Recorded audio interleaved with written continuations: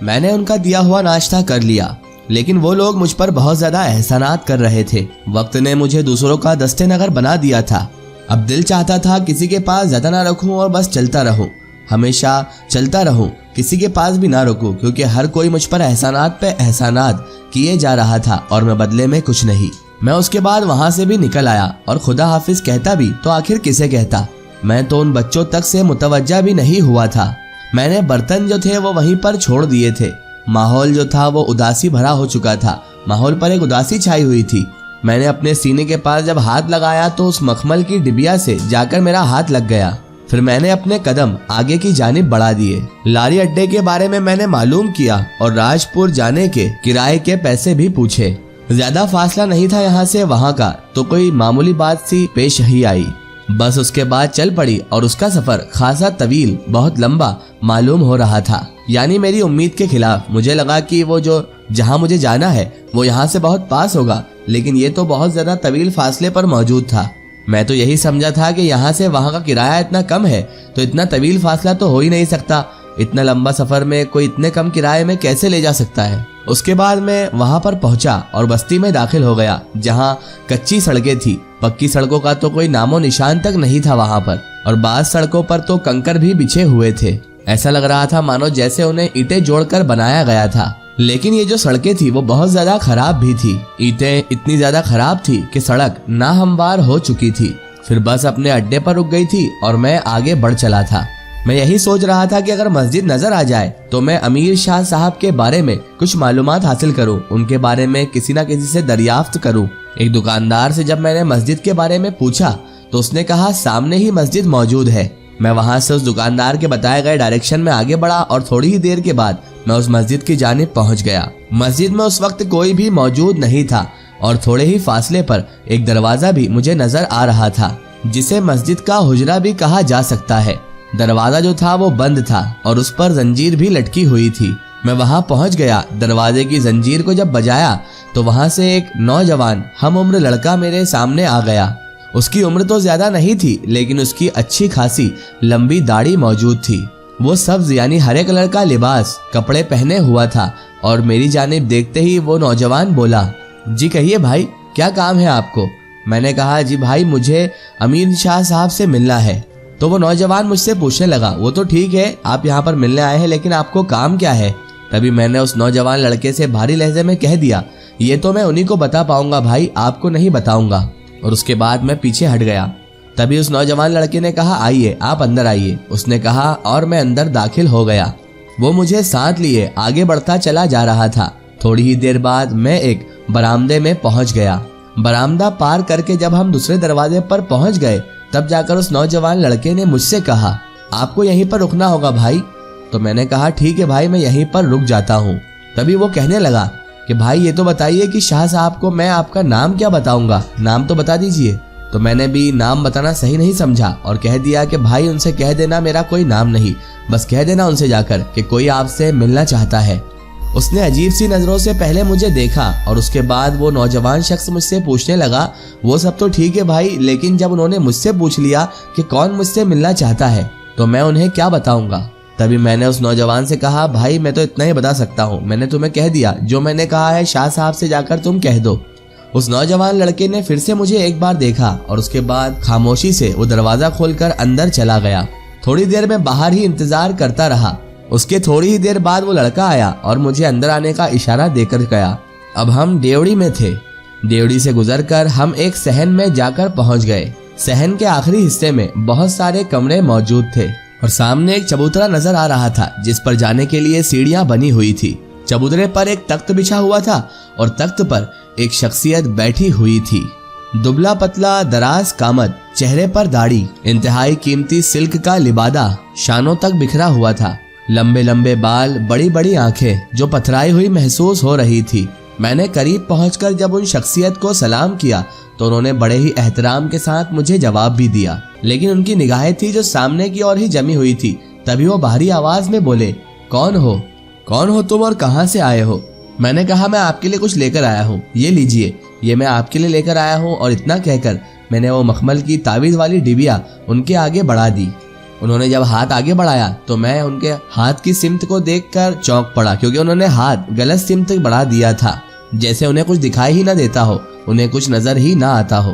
پھر میں نے ان آنکھوں کو دیکھا جو بظاہر تو روشن لگ رہی تھی، لیکن مجھے ایک لمحے میں یہ پوری طرح سے یقین اور احساس ہو گیا کہ وہ آنکھیں جو میں دیکھ رہا ہوں وہ بے نور ہیں، یعنی وہ دیکھ نہیں سکتے تھے۔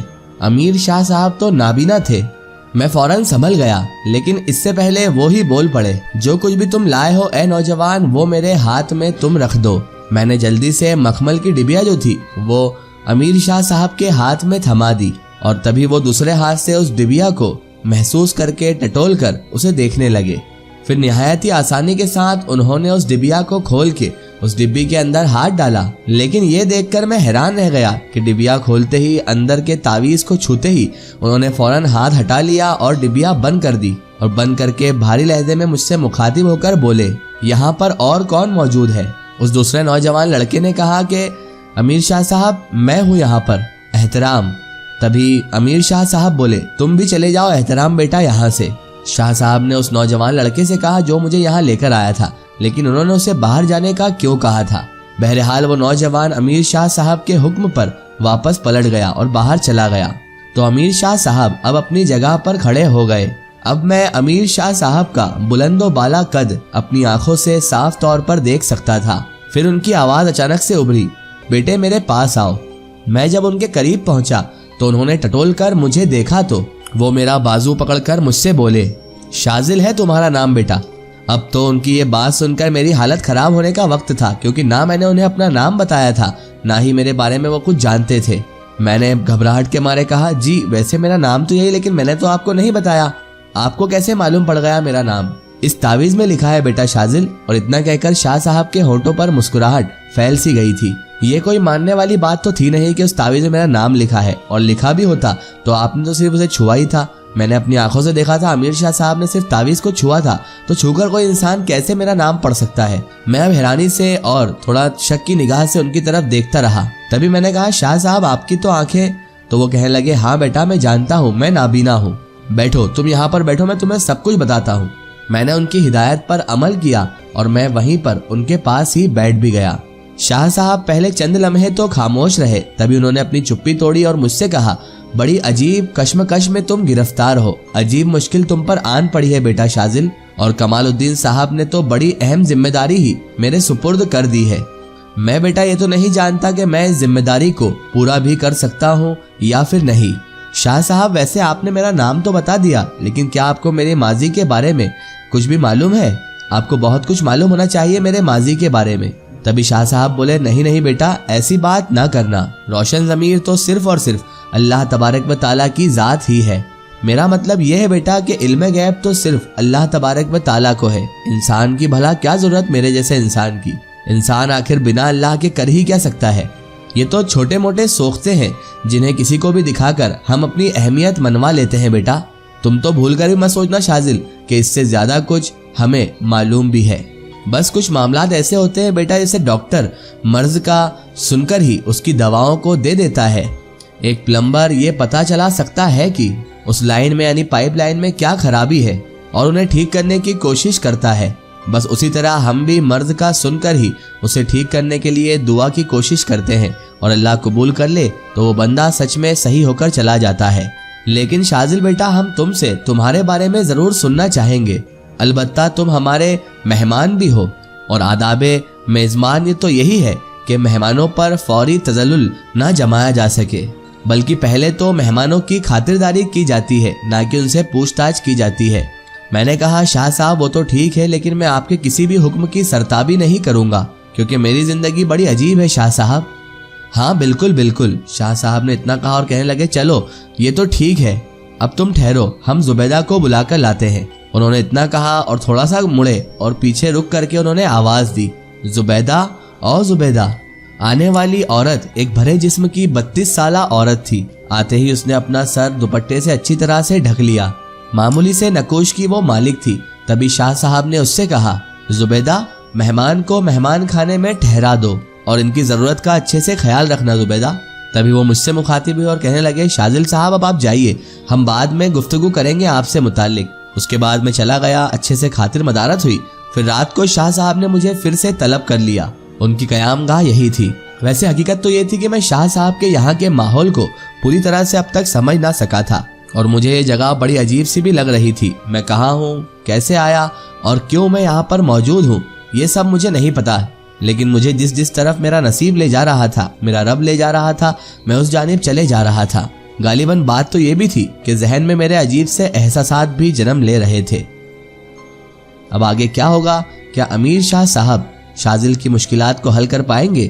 کیا امیر شاہ صاحب واقعی میں کوئی پہنچی ہوئی ہستی ہے یا پھر یہ بھی اس جناتوں کی کوئی چال ہے؟ یہ سب جانیں گے ہم اس ویڈیو کے اگلے پارٹ میں۔